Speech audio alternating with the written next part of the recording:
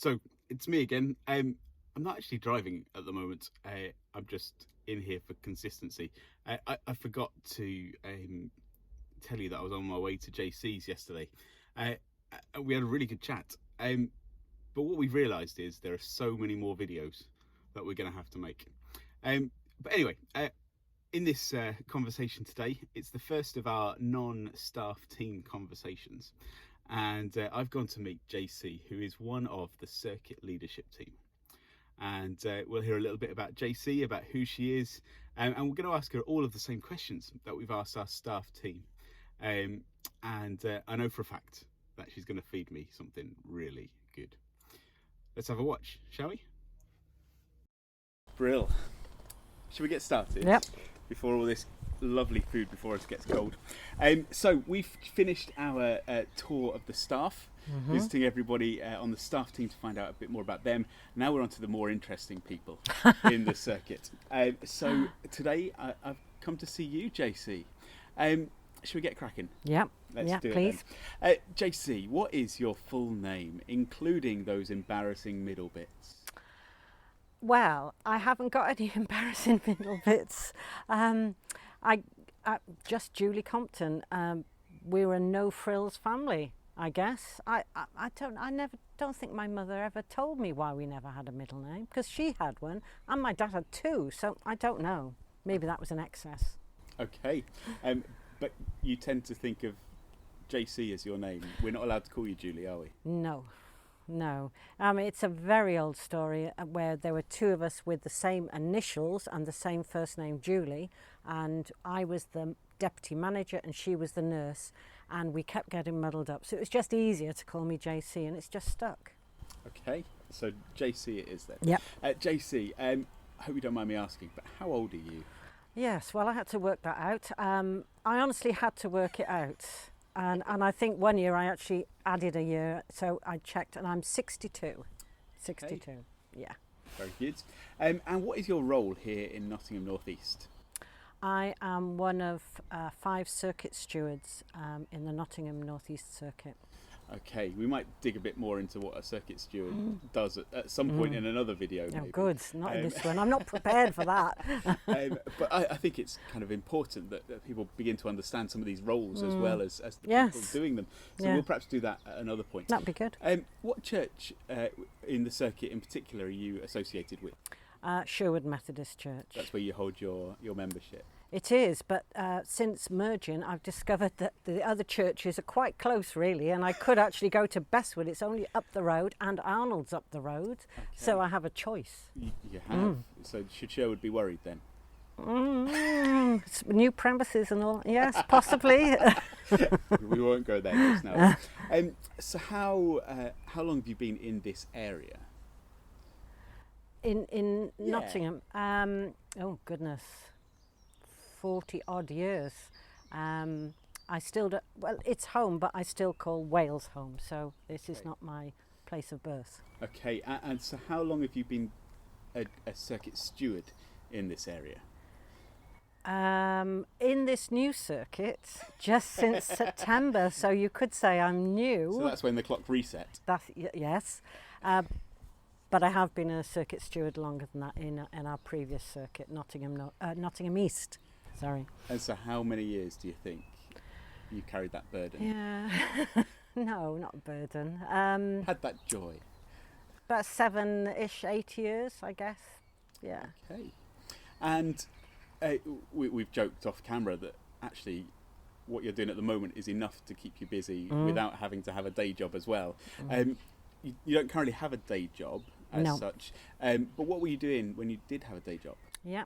I worked for the Motor Neuron Disease Association. I was a campaigns manager, and this is how I used to say it, I covered the whole of the north, and I mean the north of England. Okay. So I was travelling a lot. I was away, and my patch was the whole of the north of England, but my head office was in London and in Northampton, so I was travelling an awful lot. Okay, that sounds like a really interesting sort of career to have, and a position to be in. It was challenging, and I worked with people, volunteers, campaigning for rights of people with MND, and they were very passionate. It's not dissimilar in the setup from churches and branches and groups, so there are lots of transferable skills in what I do now and what I was doing then, and certainly with the social justice work of the Methodist Church. Excellent, excellent. So, what do we have before us to eat and drink as we chat today? Right, well, I love aubergines, but to be honest, I didn't have time to do a moussaka or something, but I thought I'd try something from the sharing table, which is the Refugee Roots charity cookbook. And I volunteer for Refugee Roots as well. And I'm working my way through the recipes. And lo and behold, there was one, spicy aubergine dip. Unfortunately, it hasn't got the real name of it, because I know it's probably a Persian dish. But it actually looks more like a stew to me. But it's spicy aubergine dip and naan breads, because I didn't have any flatbreads. But that's the same thing, isn't it? Excellent. And we got some coffee. Some coffee and some yogurt, because it might be too hot. Well, if we end up burning our faces off, then we'll edit that bit out of the video. Yeah, good. Brill. Let's dig in, shall we? Shall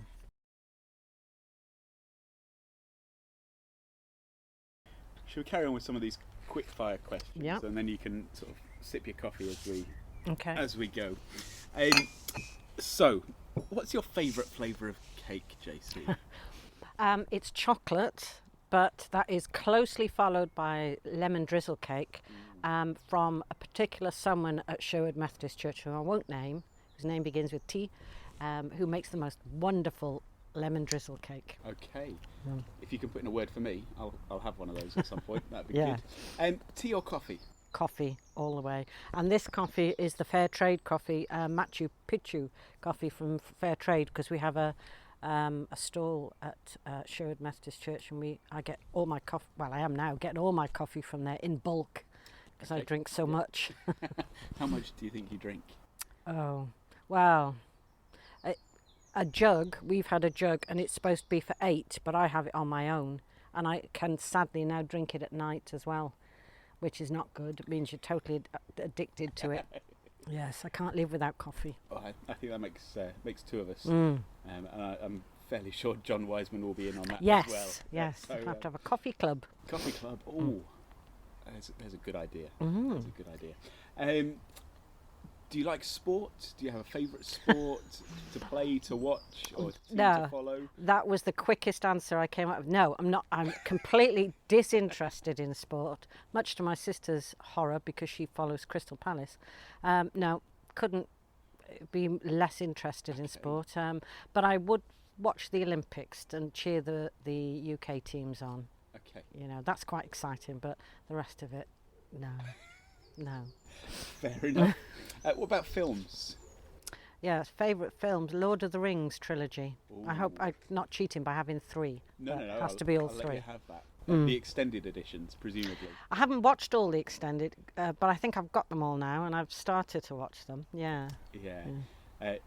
Going off on a tangent and talk about me for a second, but Suzanne and I, when for the first few Christmases we were together, we would watch the whole of the Lord of the Rings series. So the first time we watched it all in one day.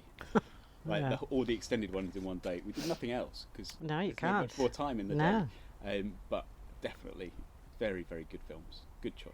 Yes. How about music?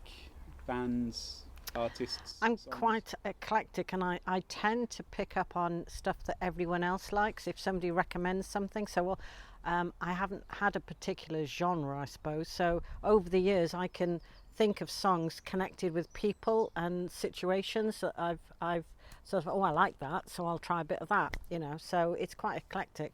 But my favourite song is Maggie May by Rod Stewart, which takes me back to sixth form, I think. And I've always loved that song, always. And I do like Rod Stewart. I've seen him in concert a few times. Okay, very good. And what about hobbies? What do you do in that infinite amount of spare time that you have? Well, I knit, and I'm part of the Knit and Natter group at Sherwood Methodist. We've knitted up well over 100 shawls. Wow. Some of the others knit a lot quicker than I do, and I have started to experience falling asleep knitting now, so which is not a good thing. But we do knit a lot of shawls, so I enjoy knitting. I am addicted. I am quite an addictive personality, and I can't stop buying knitting books, and I can't stop buying wool, as the rest of the group will tell you. And I've got tons of it. Well, yeah, it's a bit of a thing. So I knit. Gardening is my other passion, and I've got a vegetable plot as well, which I'm not that good at, but I keep trying. And reading, although when I was working, when I was stressed and when I was out a lot, I found I didn't read much, and I'm not actually reading much now. Okay. So I don't know if that means I'm stressed or I found other things to do. And I did think about this, maybe I'm not stressed, but I have started getting addicted to K-dramas. Okay. And there are a lot of those on Netflix. So that has substituted. But I've always been a passionate reader, so I've just got out of the habit a bit. But I have read enough for a lifetime. So, but novels, I'm not very good at proper books, if you like. You don't do non-fiction quite so well. No.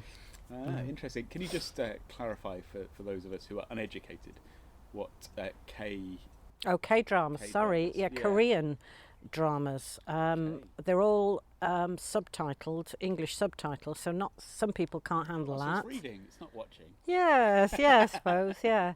And once you get through the cultural differences, because there are cultural differences, then they're really very good, and there are a lot of them on Netflix. And of course now the algorithm just gives me Chinese and Korean programs all the time, and they're just real escapism, to be honest. Hey, yeah. There we go. Do you have a hidden talent, JC? I did have to think about this, because I think I'm quite talentless, to be honest. Let me just check, get the right order for this, because there were two things I had to think about. Oh, yes. I'm not going to do it, but I'm Welsh, and I can sing the Welsh national anthem in Welsh, because we learnt it at school. It's the only Welsh I know, because unfortunately we were not taught Welsh in our school. Parents opted not for us not to, which I think was it's a big regret of mine. But I can sing the Welsh national anthem, and I did try last night. I tested against the Welsh rugby team singing on the pitch last night, and I still can remember the words. But to a Welsh person, it probably doesn't sound Welsh at all. So that's my hidden talent. Pretty useless one, I think. Okay. You said there was another one. No, that was it. That was it. Okay. No, I think that's good. It shows where your heart is. To be able to recall that. What do you think is your greatest achievement? Oh, that was a hard one as well. In the end, I've come down to my having two daughters, bringing up two daughters who are independent, rounded, grounded, and beautiful. And I think that's my greatest achievement. Very good. My eldest was very pleased when I told her I'd said that. She liked that. Well, there we go. Did she wonder what you were after? No, the youngest would have. Well, there we go. Do you have a tenuous link to a celebrity? Oh, heck. It is so tenuous. I know John said his was tenuous, but I thought his was pretty impressive compared with the one I have. When I worked for the Motor Neuron Disease Association, we did all sorts of things. I wasn't a fundraiser, but I did actually attend a fundraising event, which was a premiere of the film in Aberystwyth, I have to say, for Taron Egerton. Okay. He lived in Aberystwyth, and he wanted to do, it was his first big film, and he wanted to do a premiere there for everyone who'd supported him to get to that point. So, I mean, I whether I actually even spoke to him, but I mean, that is such a tenuous link. But he's an amazing actor, and it was a privilege to be there, really. Okay, very good. I think, yeah, tenuous. That's fine. Now, Mm-hmm. tell us something about you that nobody or very few people already know. Yes. When I was in Wales at home, there wasn't quite as much to do today then as there is to do today, and I used to go ballroom dancing. I wasn't very good at it, but everywhere, all my friends were doing it, and my best friend Gail, she did it properly, and she had the dresses and the the net and the sequins and the lot. I mean, it actually cost quite a lot of money, so I didn't go very far in it really. She had a granny who could sew, so her dresses were beautifully made. I did get a few, not cups, trophy things, plaques, Yeah. plaques. And I did pass a few exams, but I'm wondering, where did they go? Because I haven't got them, so I don't know what happened to those. So I could, the Velita I can remember just about, but I mean, that's about it. But so no one, I don't think anyone, and I'd forgotten I could do it as well. And my husband can't dance, so we'll never use it. So, yeah. Well, and you don't know this because it hasn't gone out yet, but that was my hidden talent for my interview, is that for a year and a half I went to ballroom dancing lessons. Oh, wow. So I too, once upon a time, could waltz and rumba and cha-cha and yeah. Oh, mine was old time Okay. dancing. I've forgotten that as well. Yeah. So, what random item did you bring with you that tells us something about you? Now, well, this is a bit telling because I was going to show you a mug from when I was in the Red Cross at home in Wales, which would then have shown you that I was involved in caring professions, but can't find the mug anywhere. So I think we've got rid of it. So I thought, well, that doesn't work, does it? So in the end, I found this mug, which was the Prince of Wales investiture at Carnarvon, 1st of January 1969. Well, obviously that was Welsh, and it's a big deal in Wales. So we've got the mug for that. So that's part of my childhood, if you like, in Wales. Although some people would argue that Newport is not Welsh. It is Welsh. It's very close to Cardiff, has its own accent, but it is in Wales. There we go. I won't go into local conflicts and politics because that could get dangerous. But very interesting. Thank you. And so we've learnt a little bit more about you. Well, as we've learnt about you, we're now going to move on to kind of your faith journey, kind of how you've come to the place that you're at in your relationship with the church, in your relationship with God. And your Christian journey. So, to that end, why Christianity? How has your faith journey led you to this point? Well, I was brought up in the Methodist church, although interestingly, as far as I can remember, my mother at that time never went to church. I did, and I got very involved, and for the first 18 years of my life I was a Sunday school teacher, youth worker, and involved in lots of things, and I was confirmed. So my background is Methodist. So when I came up to Nottingham, I really lost the plot and moved away from God and Methodism and everything. I found Nottingham too big. Not that Newport is tiny, it's not a village, but it was big compared with what I was used to. And try as some of the ministers did, I just couldn't settle at a church. I think I did go to the one on Parliament Street, and I think, what's the other one in town that's gone? The big one, it was, I can't think of the name, but it was big, and they were all too big, and I never settled. So I gradually went away from God and the church.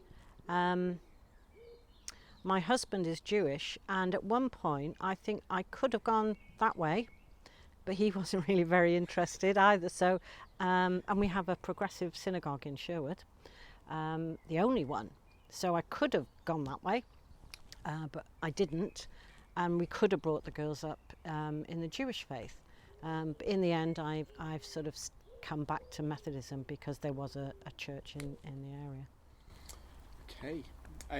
So Methodist is in your roots, and it's where you came back to. Mm-hmm. Is there a reason why the Methodist Church kind of stands out to you as the church you want to be part of? Yeah, it's always felt like at the beginning I said my name is No Frills. It's felt like that, the Methodist Church. There is an element from when I was at home in Wales. It was our church was called the Chapel. It wasn't small. Had a very prominent place in that area, on a corner. You couldn't miss it. Very nice for weddings. Lovely entrance. And the church at the top of the hill was the Anglican church, and that was called the High Church. And there was this rivalry between the two. And that, I know it sounds silly, and it is a bias, but hardly they do now, but at the time, never the twain met, and you certainly didn't do things together.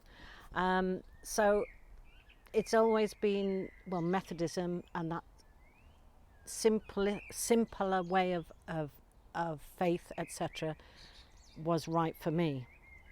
So, and I never felt comfortable really with the not to say though that I may have well have gone, you know, if I'd been invited or whatever, but it was always Methodism, and I've been comfortable with that. Not without challenging though. I'm not so comfortable that I'm not prepared to challenge. Very good, very good. Within the Methodist Church, we have this idea of calling, and we talk about how ministers, be that a presbyter or a deacon, get their calling to do what they do. We talk about a call to preach, which people may have to become a local preacher or a worship leader.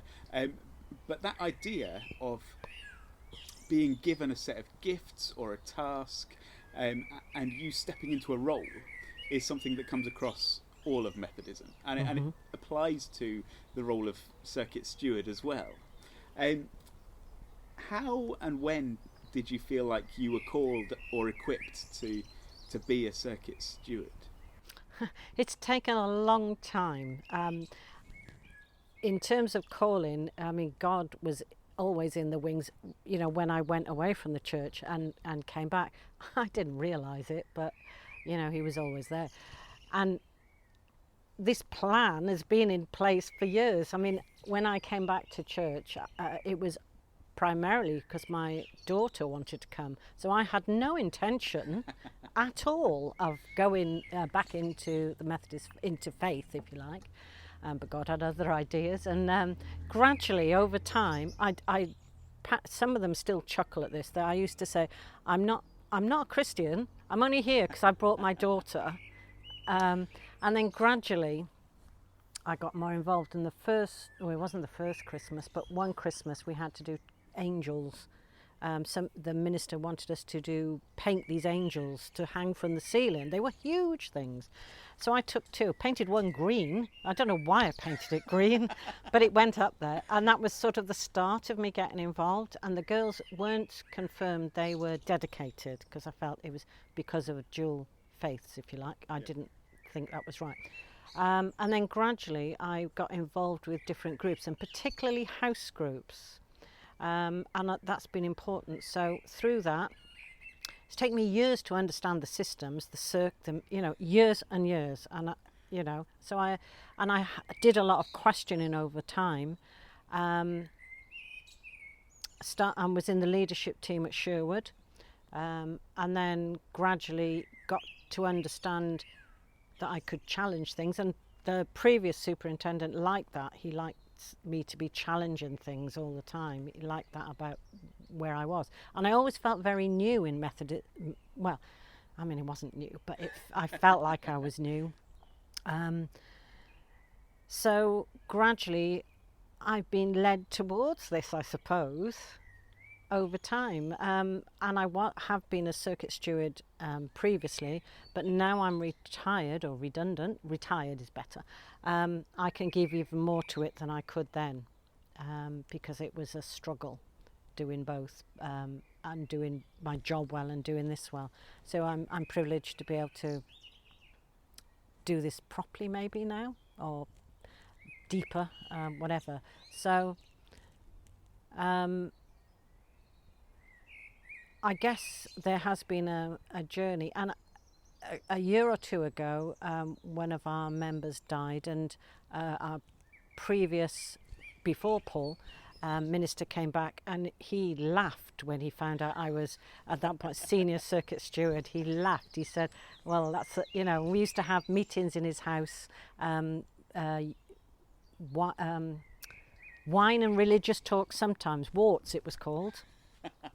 And that was when our children were small, and I wasn't anywhere near this point then, but it's been a growing over time. It's interesting thinking about it, actually. I mean, I hadn't realised there was a plan in action, but there clearly has been, because I do feel that my skills from work are very transferable. I was a social worker for 20 years, so I am used to talking to people. I enjoy talking to people, and I've always always felt it was important to be giving something back, always, even when I didn't think I had a faith. It clearly was there, because I was always involved in the caring type professions. So as you look at your faith now, then as you wrestle with the Bible, as you come to understand kind of the key bits of Christianity, what kind of Bible story or passage or verse would you go to as your as best illustrates what you believe to be important about Christianity and the way it's lived out? Okay, well, it's an Ephesians passage. Oh, I kept it up. And it's the armour of God. It's Ephesians 6:10 to 19, and it's the imagery, putting on the armour of God, standing firm with the belt of truth, with the breastplate of righteousness in place, and with your feet fitted with the readiness that comes with the gospel of peace, and the shield of faith. It's wonderful imagery, and it's just, it always makes me feel like I've got this protection, as well as, I mean, they say in the notes about offensive and defensive, but it always feels to me like I'm wrapped in this protection. I mean, I'm well aware you also have to be doing stuff as well, but I've always loved that passage. And at the very end of it, he says, this I think applies to me, because I'm not very good at saying things off the cuff. He says, "Pray also for me that whenever I open my mouth, words may be given to me, so that I will fearlessly make known the mystery of the gospel, for which I am an ambassador in chains." And I always think, yeah, I really need to not worry about what I say, and pray that it's going to be right. But I do like that, and I love a lot of this in Ephesians. Don't agree with a lot of what he says, but I do like that. It's good to wrestle, but it's also good to find those kind of images that work for us and sum it up. So I think that's wonderful, that bit. Yeah. Brilliant. We're going to have a little break in a second. Let people have a listen to, and perhaps a sing along at home to a hymn or a song that you're going to pick for us. Mm-hmm. What kind of hymn or worship song have you picked, and why? It's one where the words and the music seem to me just to gel, and it's one that's not too high, because a lot of them are so high I can't sing. Over the years I just can't. I was always an alto, but I just can't get the notes, and I've always found it really upsetting that I have to drop down an octave all the time. So this one I can sing, and it's just wonderful words, and it's and in fact we had it at Moses' service, and I was chuffed, because I thought, well, that's really strange that that's come up tonight, because I was going through I'm not very good at remembering all the hymns, and I thought that's the one I want. It's faithful one, yeah. And last night at midnight I was trying to find, because I've got it on my Apple iPod, which is defunct now, can't really play it, and it was it was worship, a compilation, and I was trying to find the one, and I found 3, so I was singing away at midnight all these different, and it's the live versions of it. And I have written down one to give you. I just think it really touches me, that hymn. Brilliant. Yeah. We'll have a listen, and we'll come back afterwards.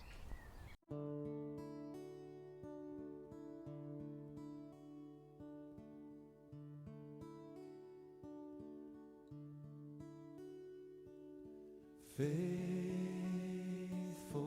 one, so unchanging,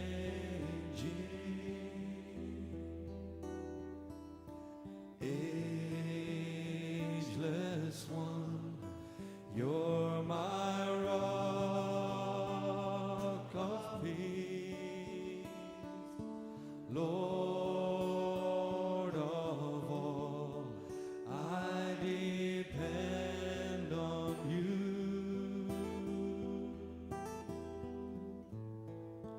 I call out to you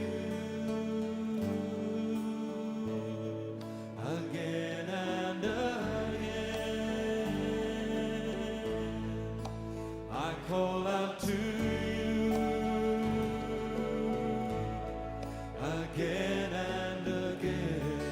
Let's sing that again. Faithful one, so unchanging. Faithful one, so unchanging,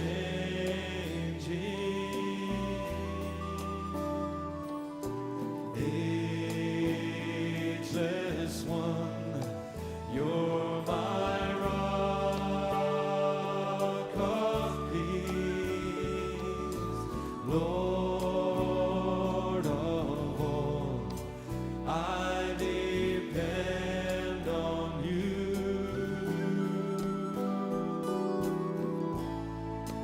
I call out to you again and again. I call out to you again and again. You are my rock in times of trouble. You are my rock in times of trouble. You lift me up when I fall down. All through the storm, your love, the anchor, my hope is in you alone. And again, faithful one, so unchanging. Faithful one, so unchanging,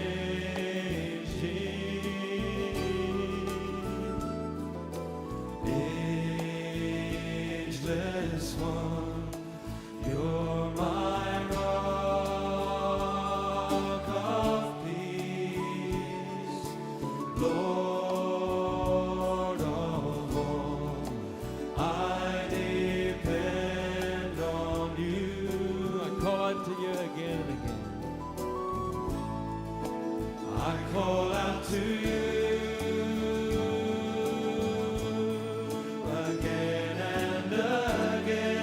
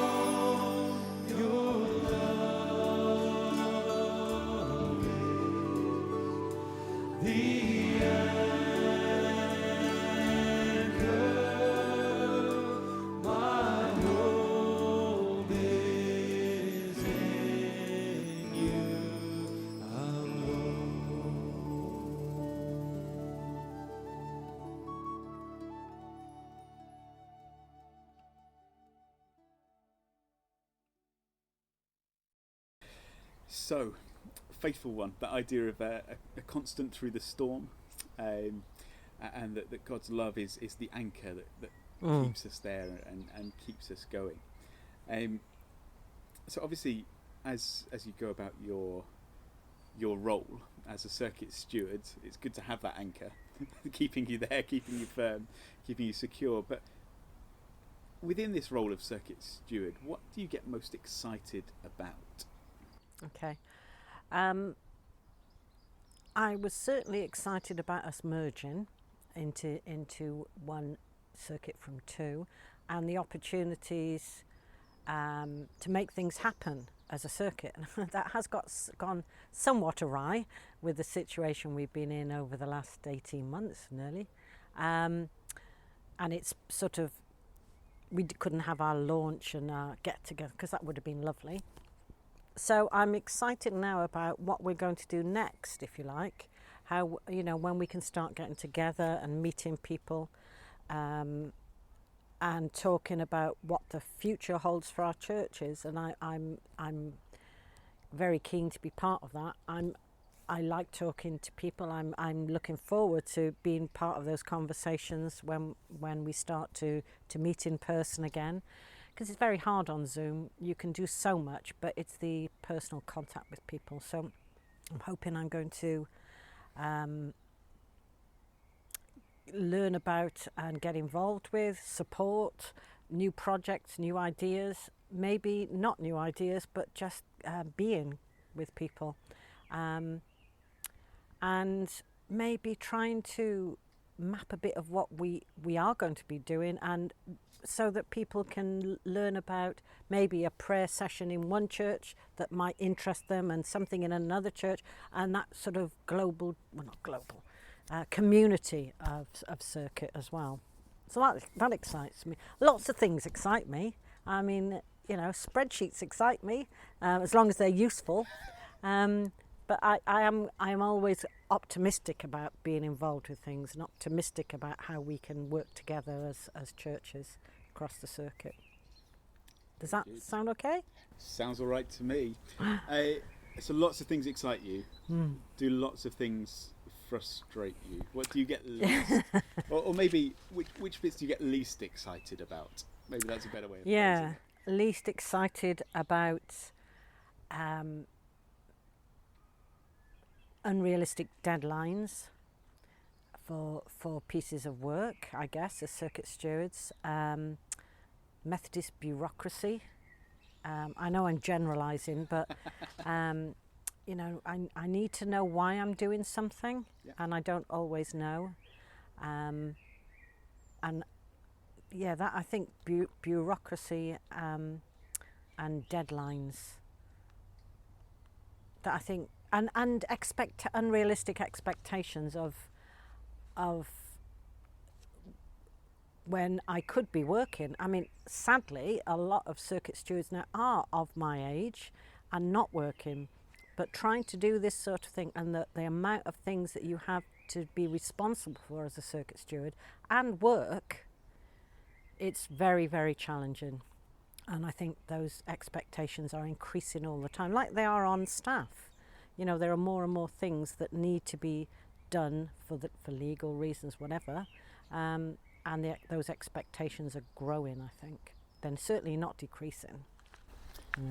It strikes me as the sort of role we could do with having more people on board to kind of share that workload to a degree. Obviously there will be those who need to carry slightly more of the work, but many hands make lighter work, I guess. Yes, and there are some tasks that could be separated off, and you can make roles around them, and I'm very conscious we are all of a certain age as circuit stewards, and we're all white, you know, so and middle-aged, and well, not middle-aged, old-aged. I'll tell Dave you said that. Apart from Dave.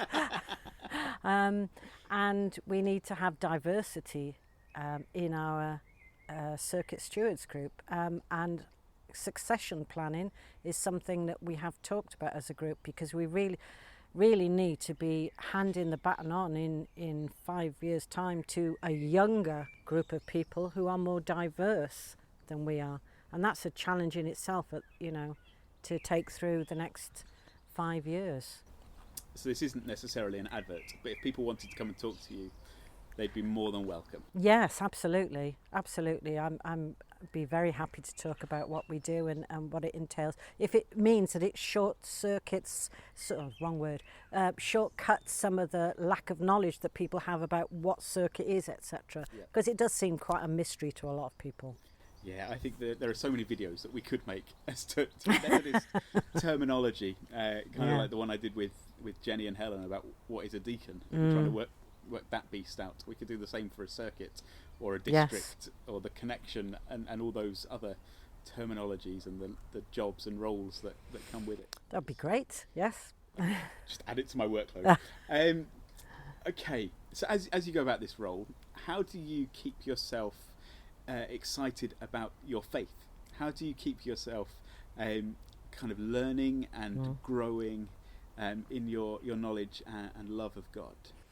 Well, I've mentioned that I'm part of house groups, which started with when the children were small, and my daughters are 23 and 29 now. I'm still in house groups. In fact, we haven't stopped meeting throughout the pandemic on Zoom, and I've always felt they were a lifeline for me. I've never been disciplined, and although I'm organised, I've never been disciplined in spiritual faith. I never have been. I just cannot seem to do it. So they've been essential for me, the house groups, and quite challenging over the years when I've been all over the country and whatever, but I have hung in there with those. So that's really important to me. And also over the last, I don't know, say 2 years, I've been posting out the prayers. Last year it was the Methodist prayer of the day. So I was praying it, so that was something. And this year it's been the Joint Public Issues Team prayers, which are all about justice, social justice issues. And there are so many issues. So I'm learning and I'm praying about those issues. And that's been really important to me, to do that. I'm always very envious of people who can read, like Moses, who can read all these theological books. I'm not that way, and I can't do it. Although I did buy the book that Andrew mentioned in his first chat with when he's gone off on his... I bought that.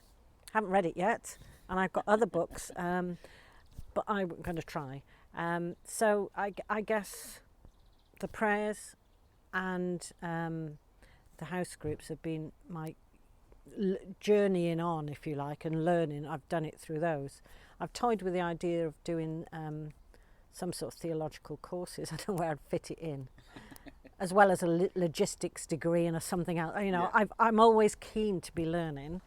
I'm just not very good at self-discipline and study, prayer, etc. But at least I admit it.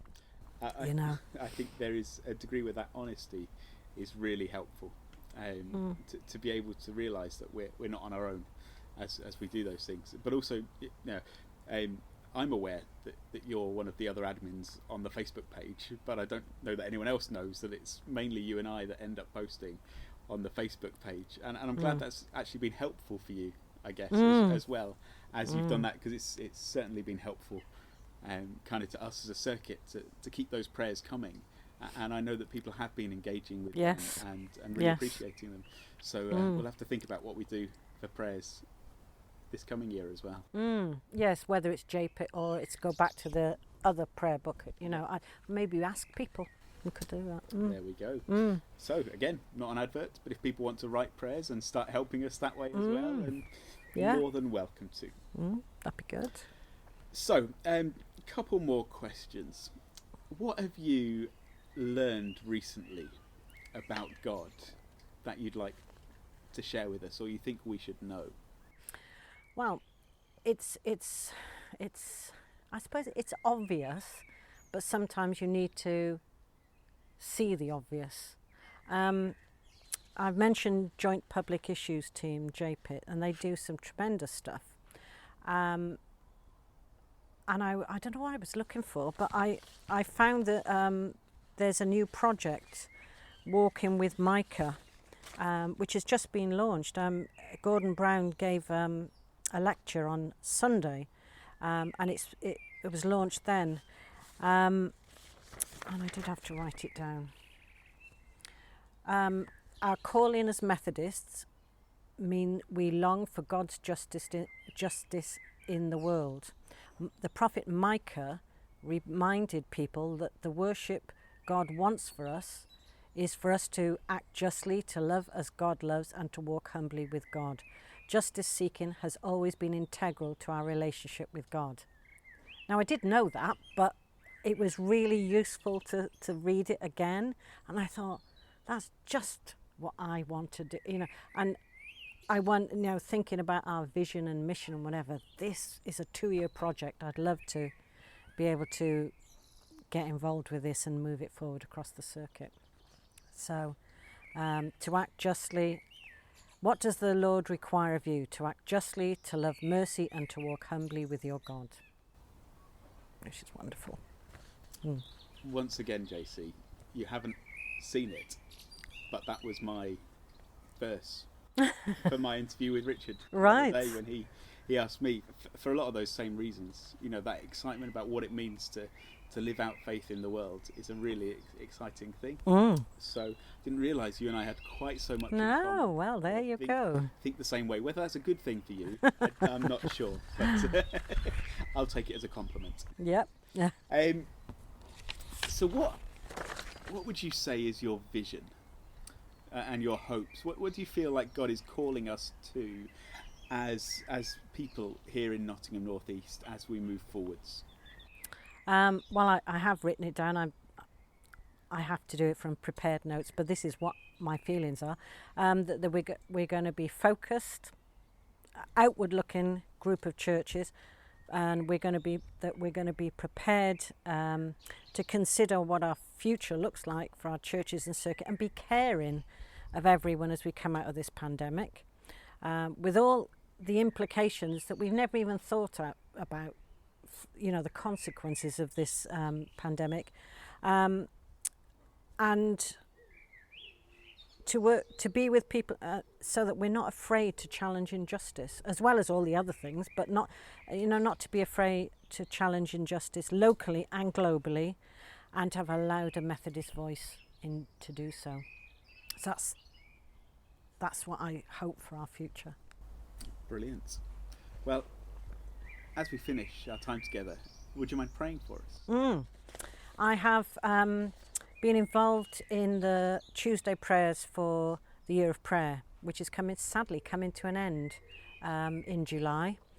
And I know other people have been involved in it. And there's the Breakthrough Prayer, which I've used many times, and I think it sums up my feelings about the future as well. So that's the prayer. So I'm going to pray that one, okay? God of love, God for all, your purposes are more beautiful than we can possibly imagine. Fill us with your Holy Spirit. Help us to let go of all that holds us back. Open our lives and our churches to new seasons of humility and faith, of change and growth. Shake us up with the good news of Jesus and show us the way. Amen. Amen. Thank you for having me. It's a pleasure. It's been really good to come out and to spend some time together and get to know a bit more about you. Thank you. It wasn't half as bad as I thought it would be.